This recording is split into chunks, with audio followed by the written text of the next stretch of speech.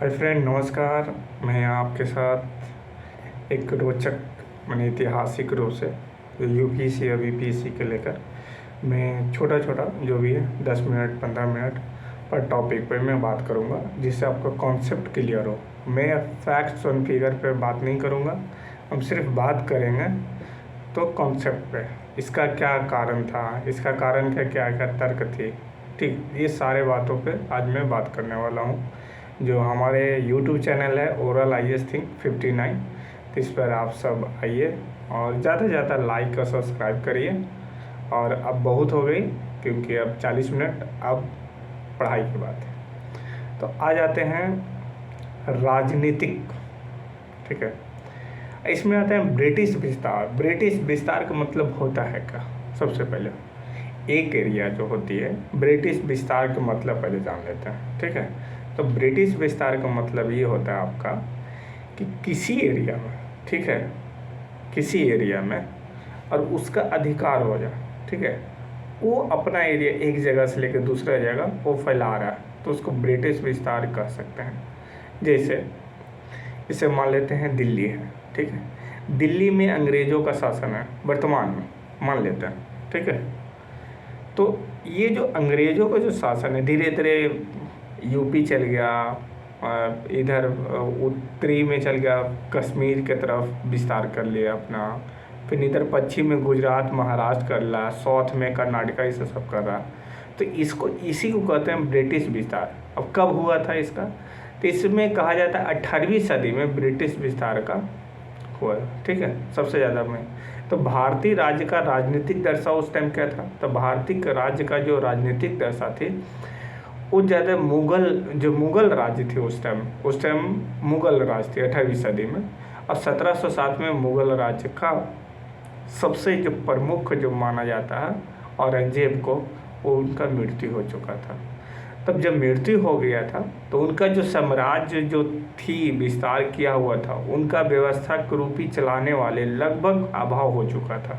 तो उनके जिस एरिया में उनके जो द्वारा नियुक्त था राजस्व को एक्वायर करने का, उन्हीं के द्वारा जैसे ही जो मेन प्रमुख का देहांत होता है, जैसे वो नहीं रहते हैं, औरंगजेब का मृत्यु होता है, उसी के बाद वो तुरंत वो होता है अपने अपने क्षेत्रों में विस्तार करने लगते हैं। जैसे बंगाल हो गया, अवध हो गया, कर्नाटका हो गया, सॉरी पंजाब हो गया, सिंध हो गया, हैदराबाद हो गया, निजाम हो गया, कर्नाटका हो गया, और नवाब के मैसूर। ठीक है, मैसूर के नवाब, ये सब सारे लोग। ठीक है, राज्य, इस शक्तिशाली राज्य का उदय हो गया यहाँ पर। अब इसका मेन कारण क्या था? यहाँ पर देखते हैं 1707 में औरंगजेब का मृत्यु होता है। इसके बाद 1775 में सब अपने अपने राज्य में जो है ना वो विस्तार करने लगते हैं, अपना अधिकार स्थापित, अपना पैरेलल सरकार गवर्नमेंट कर लेते हैं, स्थापित कर लेते हैं। ठीक है, उसके बाद आ जाते हैं हम सब अब कि अब राजनीतिक दशा, इसका क्या क्या कारण हो सकते थे, इस पे थोड़ा बात कर लेते हैं। इसमें कुछ पॉइंट है, जिसमें राजनीति एकता की कमी या भारतीय राज्य परस्पर संघर्ष रहा।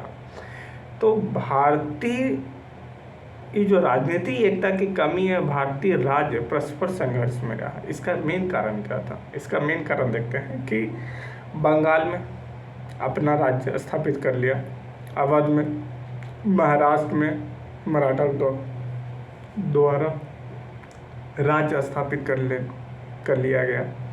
ठीक है, और इसी में देखते हैं मैसूर में कुलीवर्दी का जो इस एरिया में भी जब देख रहे हैं कि राज्यों को स्थापित करने लगा, लोग अपने आप को स्थापित होने लगा। तो इसका जो मुख्य कारण क्या हुआ कि एक राज्य दूसरे राज्य को सपोर्ट नहीं कर रहा, चाहे मिल का शासन व्यवस्था भारत को नहीं चला रहा है, क्योंकि मुग़ल का पतन होने लगा, तो इसमें सब अपने अपने एरिया को विस्तार करने में लग गया। ठीक है, तो जो अपने एरिया में विस्तार करने लगेंगे तो वहाँ के जो लोग थे उससे संघर्ष करना पड़ेगा उनसे, जिसमें यही हो गया ना कि जिसके पास बल है वही शासन व्यवस्था चला सकती है। तो इसका ये एक मुख्य कारण बन चुके थे। अब आते हैं इसका, अब उत्तराधिकार के लिए गुटबंदी युद्ध चलने लगा। युद्ध गुटबंदी, जैसे मान लेते हैं कि एक राज्य है, मान लेते हैं अभी वर्तमान में एक मंत्रिमंडल है, ठीक है, इसमें प्रधान है, ठीक है, कोई मान लेते हैं मुख्यमंत्री से। महाराष्ट्र से एग्जाम्पल देख लेते हैं, क्योंकि इतिहास हमारी वर्तमान से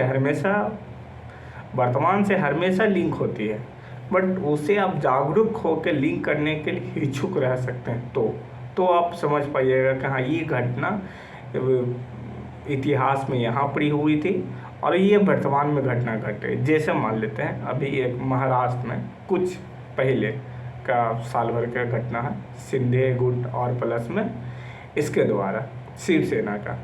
तो शिंदे जो थे वो शिवसेना में ही थे, ना कि शिवसेना से अलग थे, ठीक है। तो इतिहास में इसी गुटबंदी के कारण क्या हुआ, वहाँ जो शिवसेना का जो शासन व्यवस्था था उसको हटाकर खुद का क्या हुआ, शासन चला रहे हैं मिलकर, किसी को तो मिलकर शासन चला रहे हैं। तो यही इतिहास सिखाती है, इतिहास को यही अप्रोच से सीखना चाहिए। कभी भी इतिहास भुला नहीं पाइएगा, आपको याद रहेगा हमेशा। तो इसको बोलते हैं गुटबंदी, क्योंकि एक गुट में गए, क्योंकि कुछ लोगों को एक गुट बना लिया, गुट लेकर मैं अलग हो गया। अब अलग हुआ जो गुट बना, और जो गुट सपोर्ट किया उसका तो कुछ इंटरेस्ट होगा। अब बिना इंटरेस्ट के कैसे हो सकता है, तो नहीं, तो उसके साथ भी मिल के कोलिजियम सरकार गठन कर लिया, मानी अपना शासन व्यवस्था चला रही है, मिलकर चला रही है, ठीक है। अब देखते हैं इसमें क्षेत्रीय राज्यों में मराठा सर्वाधिक शक्तिशाली था एवं सभी प्रमुख शक्तियों के साथ मराठा में तनावपूर्ण संबंध रहा। क्यों रहा, क्योंकि मराठा हमेशा अपना जो राज्य को जो विस्तार है ना, उनको करने में लगा रहा। अब कोई भी शक्ति जब विस्तार करेगी तो उससे क्या हुआ कि बहुत लोग का खुशियाँ होगी, बहुत लोग उसमें तनाव होगा। बहुत लोग को तनाव क्यों होगा, क्योंकि उनका क्षेत्र जो है अधिग्रहण किया जाएगा, ये ना। तो ये भी एक कारण मैं देखता हूँ, ठीक है। इसी के बीच में देखते हैं अपना। और दूसरा बात है ना कि इसमें जब हम राज्य विस्तार कर रहे हैं ना, अपना शासन व्यवस्था को विस्तार कर रहे हैं, तो आय का मेन स्रोत कहाँ से होंगे, तो मराठा का मेन स्रोत था क्या था, सबसे टैक्स वसूली करना, ठीक है। सबसे टैक्स वसूली करते थे, जिसमें चौथ बोलते थे, चौथ देशमुख सब उनका एक कॉन्सेप्ट होती थी। उससे आय अधिग्रहण करते थे और कुछ एरिया भी उससे क्या करते थे कि वो शासन व्यवस्था चलाते थे अपने खुद का। सिर्फ उनका यही काम था कि आप मेरा झंडा के नीचे शासन व्यवस्था करिए, ठीक है, और आप मुझे हमेशा इतना टैक्स दीजिए, मैं आपको सुरक्षा प्रदान करूँगा। एक तरह से ये थे, ठीक है। अब हम देखते हैं कि जी इस उत्तर पश्चिम में कौन था, नादिर शाह अहमद शाह अब्दाली का आगमन हुआ। तो उत्तर पश्चिम में जो नादिर शाह जो अफगानिस्तान से थे, उत्तर पश्चिम का मतलब समझ रहे हैं, आज जम्मू कश्मीर से लेकर अफगानिस्तान के एरिया, तो उत्तर पश्चिम में हुआ जाता है, ठीक है। तो वहाँ से अफगानिस्तान के जो शासक थे नादिर शाह, वो 1739 ईस्वी में आक्रमण किया, और अहमद शाह अब्दाली 1748 से 67 ईस्वी में कई बार आक्रमण कर चुका था, आगमन मैंने भारत में किया। अब इसी में क्या हुआ ना कि जो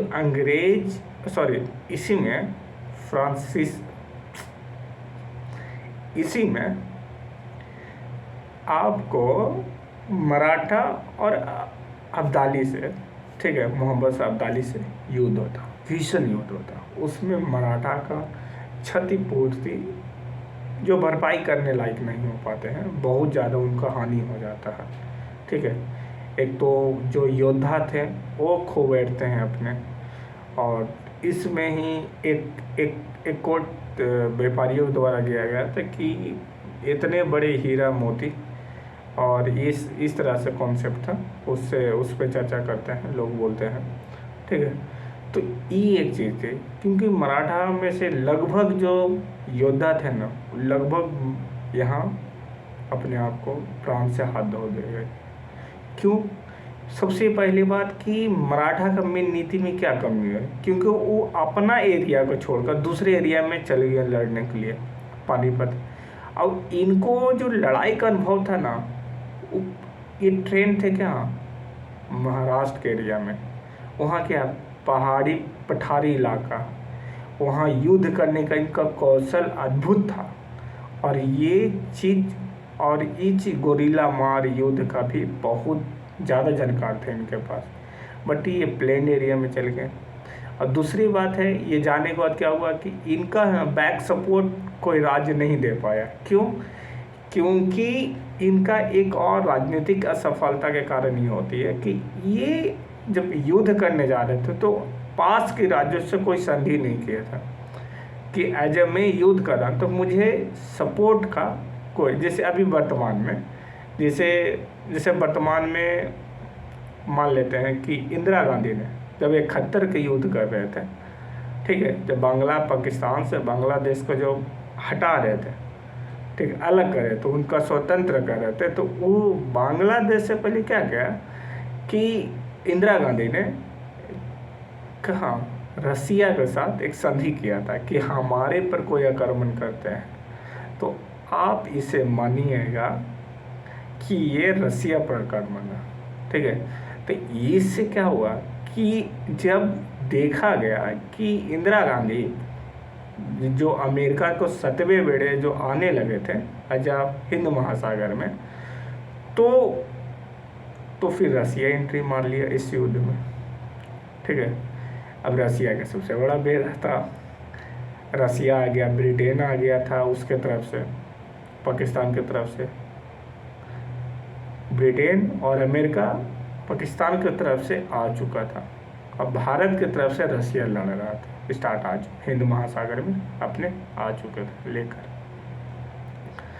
तो यही कहते हैं कि उस टाइम का जो भी राजनीतिक सूझबूझ रही होगी, इसका भी एक चीज़ का अभाव देखने के लिए मिलता है। ठीक है, तो आज मैं यह तक, और फिर कल कुछ और मैं बात करूँगा, थोड़े कॉन्सेप्ट पे बात करूँगा।